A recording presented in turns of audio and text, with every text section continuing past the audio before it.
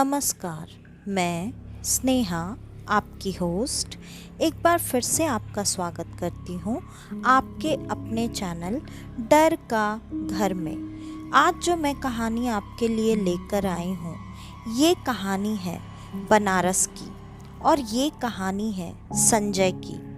संजय, जिसके माता पिता का देहांत उसके बचपन में ही हो गया था, और संजय के माता पिता का देहांत होने के वजह से उसको उसकी ज़िंदगी में काफ़ी सारा स्ट्रगल करना पड़ा था। सारी चीज़ों को पाने के लिए खुद से मेहनत करनी पड़ी थी। संजय ने कभी भी हार नहीं मानी, जबकि उसने बचपन से लेकर आज तक सिर्फ और सिर्फ लोगों के ताने और बुरी बुरी बातें ही सुनी और झेली थी। लेकिन संजय कभी भी हार मानने को तैयार नहीं था। वो हमेशा अपनी हर चीज़ को पाने के लिए मेहनत करता और मेहनत करके जो चीज़ें चाहता था वो चीज़ें पा लिया करता था। धीरे धीरे वो बड़ा हो गया और अब उसकी उम्र शादी की हो गई। उसकी शादी भी माता पिता और कोई भी रिश्तेदार ना होने की वजह से उसे खुद से ही करना था।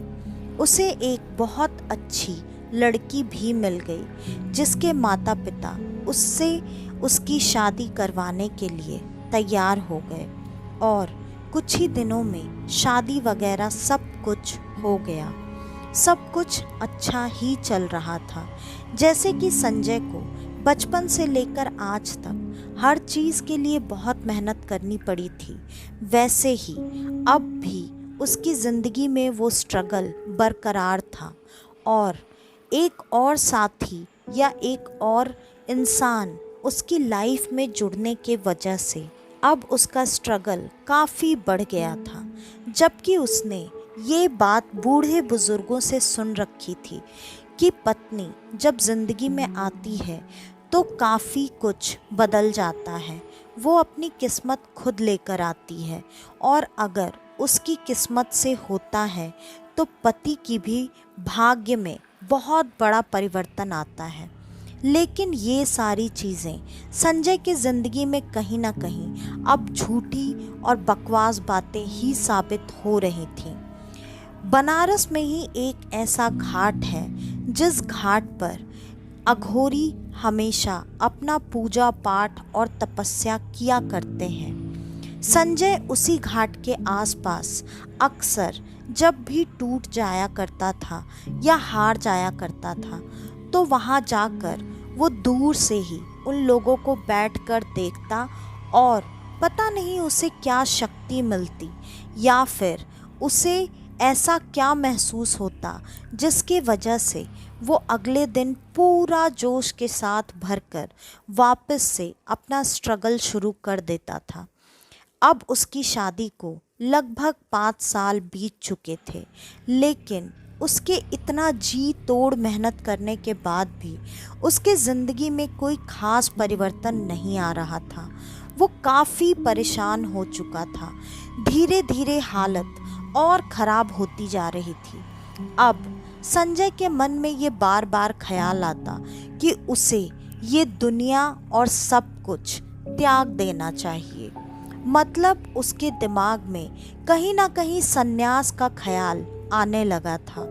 लेकिन वो जब उन अघोरियों को देखा करता तो उसके दिमाग में बार बार ये चीज़ आती कि उसे पूर्ण संन्यास लेना चाहिए या फिर अघोरी बाबा लोगों से जाकर उनकी विद्या सीखनी और पढ़नी चाहिए।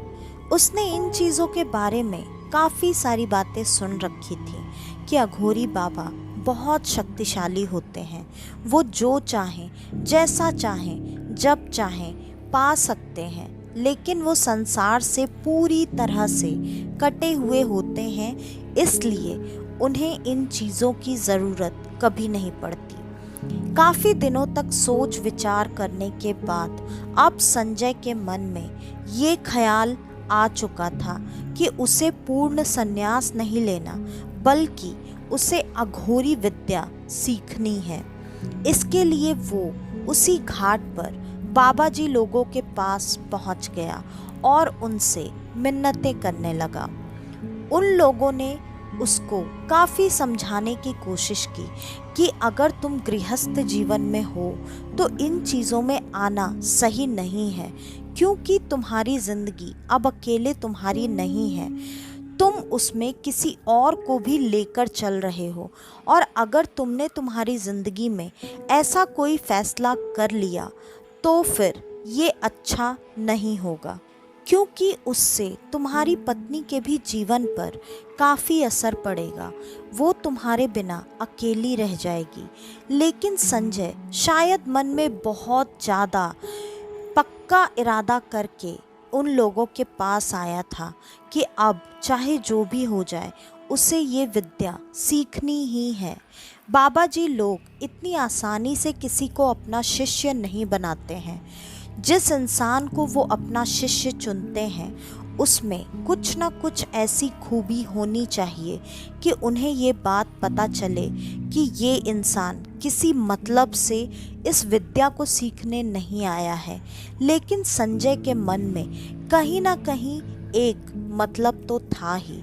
वो शायद इस उम्मीद में आया था कि ये विद्या सीखने के बाद वो अपनी ज़िंदगी पूरी तरह से बदलने में सक्षम हो पाएगा। बाबा लोगों ने संजय को साफ साफ मना कर दिया कि वो ये विद्या उसे नहीं सिखाएंगे। लेकिन संजय भी काफ़ी अड़ियल था, क्योंकि उसने अपनी ज़िंदगी में बहुत ज़्यादा स्ट्रगल किया ही था। तो अभी वो इस संघर्ष के लिए भी पूरी तरह से कहीं ना कहीं तैयार था। वो भी इतनी जल्दी हार मानने वालों में से नहीं था।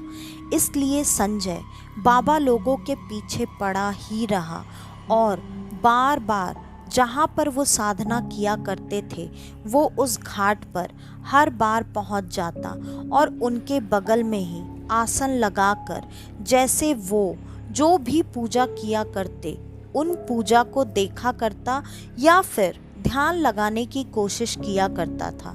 अभी तक उसे किसी भी मंत्र या बाकी चीज़ों का ज्ञान बिल्कुल नहीं था, इसलिए उसका ऐसा करना एक तरह से व्यर्थ था।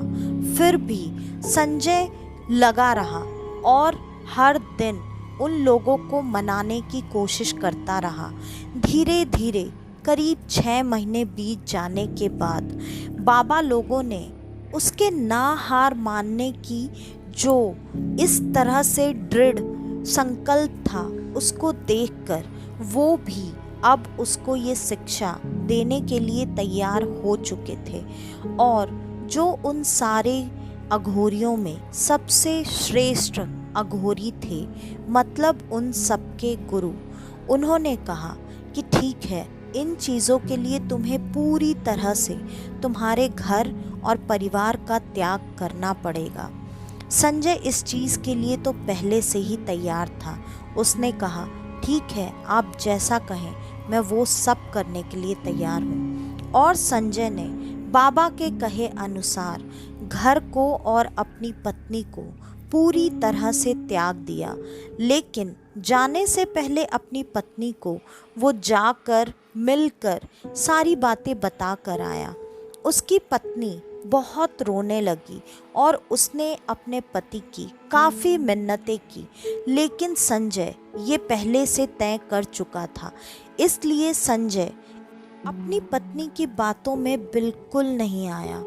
वो उसको बताकर रोता बिलखता छोड़कर वहाँ से चला गया और गुरुओं के पास जाकर अपनी शिक्षा ग्रहण करना उसने शुरू किया। जैसे जैसे समय बीतता गया वो सारी चीज़ें सीखता गया और संजय काफ़ी जल्दी सारी विद्याएं हासिल करता जा रहा था। जैसे जैसे वो सारी विद्या प्राप्त करता जा रहा था उसके मन में कहीं ना कहीं और ज़्यादा, बहुत ज़्यादा जानने और प्राप्त करने की इच्छा बढ़ती जा रही थी। वो इच्छा इतनी ज़्यादा थी कि अब उसे इस चीज़ का भी ज्ञात हो चुका था कि कहीं ना कहीं अगर आप ऐसी साधनाओं में बहुत लंबे समय तक लगे रहते हैं तो आप अमरता को भी प्राप्त कर सकते हैं। अमरता एक ऐसा लालच है जो कि जिस इंसान के मन में घर कर जाए उसे पूरी तरह से अपने वश में कर लेता है। संजय के साथ भी ऐसा ही कुछ हुआ था। ये बात संजय को पता चल चुकी थी कि अमरता प्राप्त करने के 3 रास्ते होते हैं। एक तो सबसे पहला जो था वो था अमृत कलश, जो कि समुद्र मंथन के समय पर निकला था। वो अमृत उसी वक्त खत्म हो गया था जो कि पूरे देवताओं में बंटने के बाद उस समय एक राक्षस सर्वभानु नाम का, जिसने कि धोखे से वो अमृत पान कर लिया था। लेकिन जैसे ही विष्णु जी को इस बात का ज्ञात हुआ, उन्होंने उसका सर धड़ से अलग कर दिया। लेकिन अमृत पान होने के वजह से उसकी मृत्यु नहीं हुई और वो राहु और केतु कहलाए। उसके अलावा 2 और रास्ते हैं, जिसमें से एक ऐसा वृक्ष है जिसके रस का पान करने से अमरत्व प्राप्त किया जा सकता है। लेकिन उस वृक्ष के रस की शक्ति इतनी ज़्यादा तीव्र होती है कि कोई भी इंसान उस वृक्ष के रस को अपने अंदर लेकर जीवित नहीं बच सकता है। ये बात जब संजय को पता चली तो उसने इस चीज़ का तोड़ ढूंढना शुरू कर दिया और उसे ये पता चला कि आप अगर रस पान नहीं कर सकते तो उसके अलावा एक और रास्ता है कि उस वृक्ष को आप तोड़कर अपने शरीर के अंदर कहीं भी स्थापित कर लें। उससे भी आपको अमरत्व ही मिलता है। और कहीं ना कहीं अब संजय के मन में इस चीज़ का लालच घर कर चुका था। ये बात अभी तक उसके गुरु को पता नहीं चली थी। धीरे धीरे वो सारी चीज़ों की जानकारी लेता जा रहा था और वो जिस तरीके से अपने गुरु से सारी शिक्षा प्राप्त कर रहा था, वो अपने गुरु का सबसे चहीता शिष्य बन चुका था। गुरु ने भी दिल खोलकर अपने शिष्य को सारा ज्ञान धीरे धीरे दे दिया। और कुछ समय बाद संजय को ये घमंड होना शुरू हो गया था कि अब वो अपने गुरु से भी ज़्यादा ज्ञान रखता है। लेकिन ये बात हमेशा एक शिष्य को याद रखनी चाहिए कि वो चाहे कितना भी आगे बढ़ जाए, वो अपने गुरु से आगे कभी नहीं जा सकता है। धीरे धीरे अब संजय के अंदर का राक्षस या फिर जो बुरी चीज़ें होती हैं वो बाहर आने लगी थी। संजय अब धीरे धीरे बुरी शक्तियों को भी सिद्ध करना चाहता था और उसने उन सारी चीज़ों पर विजय प्राप्त करने के लिए नर बलि देना भी शुरू कर दिया। ये बात उसके गुरु को नहीं पता थी। ऐसा करते हुए लगभग उसे 6 से 7 महीने बीत चुके थे और उसने काफ़ी सारी काली शक्तियाँ अर्जित कर ली थीं, जिसके वजह से वो हमेशा ऐसा सोचता था कि अब वो यहाँ पर जितने भी अघोरी हैं उन सब में सबसे ज़्यादा जानकार और सबसे ज़्यादा शक्तिशाली है। वो नर बलि देने के बाद उन सारे इंसानों की आत्माओं को अपने वश में करके, मतलब उन सारी आत्माओं को कैद करके अपने नियंत्रण में रखकर अब उनका इस्तेमाल अपनी सारी बुरी इच्छाओं को पूरा करने के लिए करने लगा, जैसे कि धन का लालच, उसके अलावा स्त्री का भोग करना। ये सारी चीज़ें कहीं ना कहीं अब उसे ऐसे रास्ते पर लेकर जा रही थी शायद जिस रास्ते से लौटकर आना बहुत मुश्किल था। धीरे धीरे ये बातें गुरु जी को भी समझ में आने लगी कि कहीं ना कहीं संजय अब बहुत गलत रास्ते पर चल पड़ा है। गुरु जी ने संजय को समझाने की बहुत कोशिश की, लेकिन संजय अब किसी की भी बात सुनने के लिए तैयार नहीं था और बहुत ज़्यादा समझाने पर उसने अपने गुरु का बहुत बुरी तरीके से अनादर कर दिया। इस बीच संजय उस पौधे की तलाश में भी लगा हुआ था जिससे उसको अमरत्व हासिल हो जाए। गुरुजी को इस बात का थोड़ा भी अंदाजा नहीं था, लेकिन उसकी बाकी की बुराइयों को देखते हुए उन्होंने संजय का हाथ छोड़ दिया और संजय अब पूरी तरह से काली शक्तियों के सिद्धि में लग गया था। उसकी जो जो सिद्धियां बाकी थीं वो सारी सिद्धियां करने में पूरी तरीके से जुटा हुआ था, क्योंकि उसे ये पूर्ण विश्वास था कि जब वो अपनी ये सारी सिद्धियां कर लेगा तो अपने प्रेतों के मदद से वो इस पौधे का भी पता बहुत आसानी से लगा सकता है। करीब करीब 2 साल बीत जाने के बाद संजय के पास बुरी शक्तियां उनका भरमार लग चुका था और संजय की तलाश भी अब शायद खत्म होने वाली थी। उसे ये पता चल चुका था कि वो पौधा कहाँ पर उसे मिलेगा। उसने वो पौधा भी कुछ ही दिनों में हासिल कर लिया और जैसा कि उसे पता था उसने उस पौधे को अपने शरीर में स्थापित कर लिया। अब तो संजय का घमंड बिल्कुल चरम सीमा पर पहुंच चुका था, क्योंकि इतनी सारी शक्तियों के साथ वो अब अमरत्व भी प्राप्त कर चुका था। अब जो भी उसकी बुराइयां थीं वो इतनी ज़्यादा बढ़ चुकी थीं जिसके वजह से सारे लोग परेशान हो चुके थे। धीरे धीरे लोगों की बलि देना और औरतों का भोग करना उसका बहुत ज़्यादा बढ़ चुका था, जिसके वजह से अब लोगों ने उन अघोरी बाबा लोगों के पास पहुंचकर गुहार लगाना शुरू किया कि बाबा आपका ही शिष्य है, आप ही मदद कीजिए, हमें इस मुसीबत से बचाइए, हम बहुत परेशान हो गए हैं। पहले तो रात में डर लगता था घर से निकलने पर, मगर अब तो दिन में भी ना तो औरतें सुरक्षित हैं और ना ही बच्चे।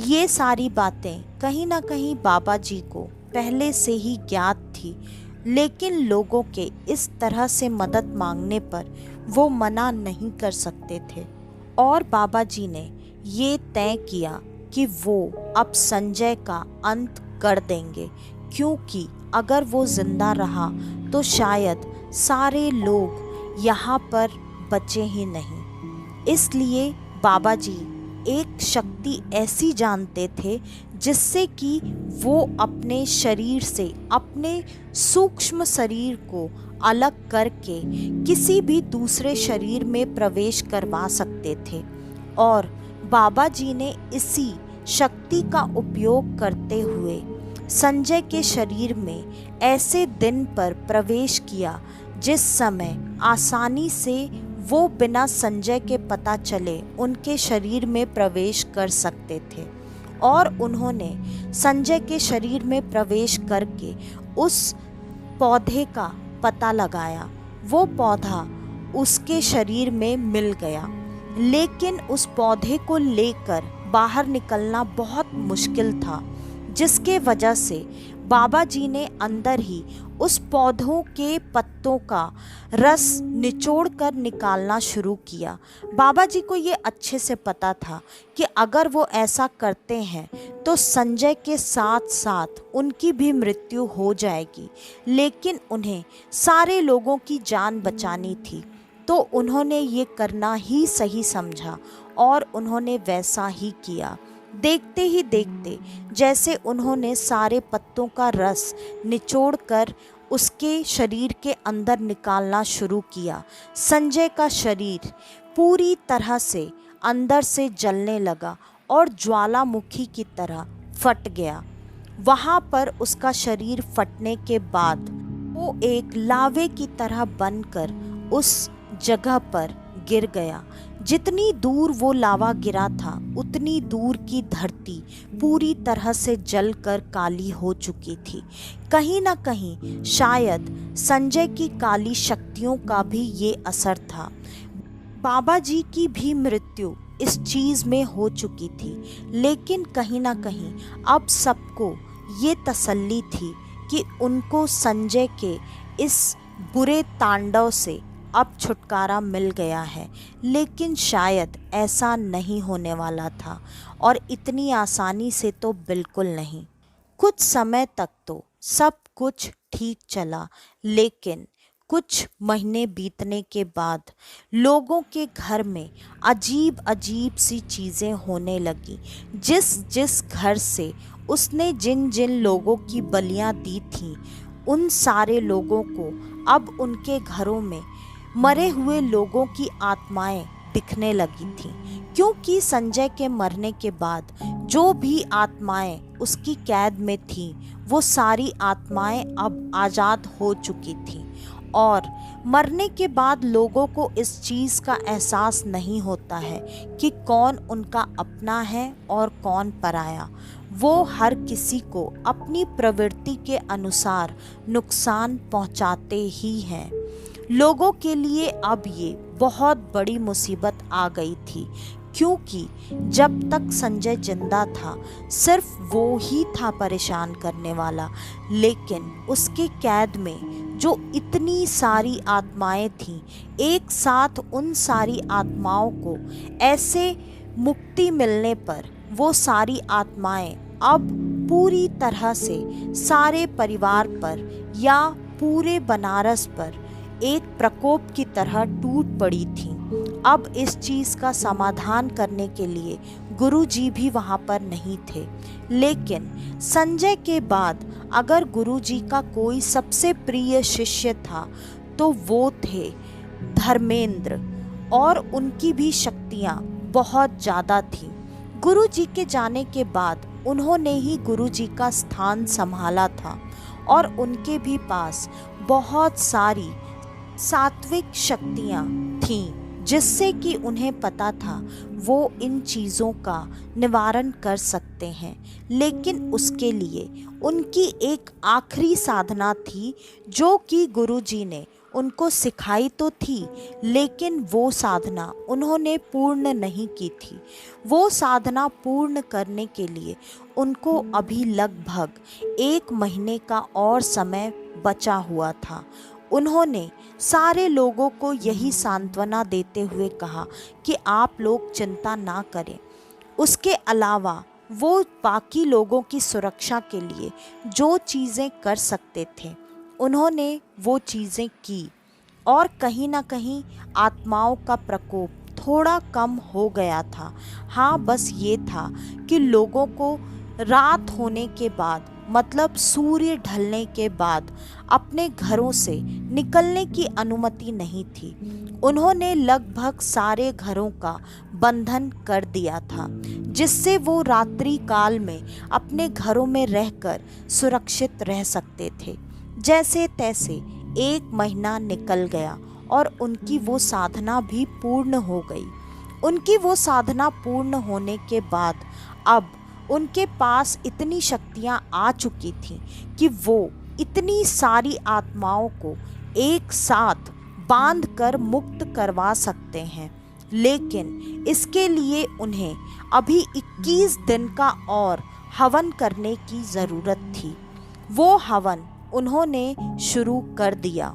हवन शुरू करने के बाद कुछ समय तक तो आत्माओं का तांडव बहुत ज़्यादा बढ़ गया था, जिसके वजह से दिन में भी लोग गायब होने लगे थे और उनकी मृत्यु होने लगी थी।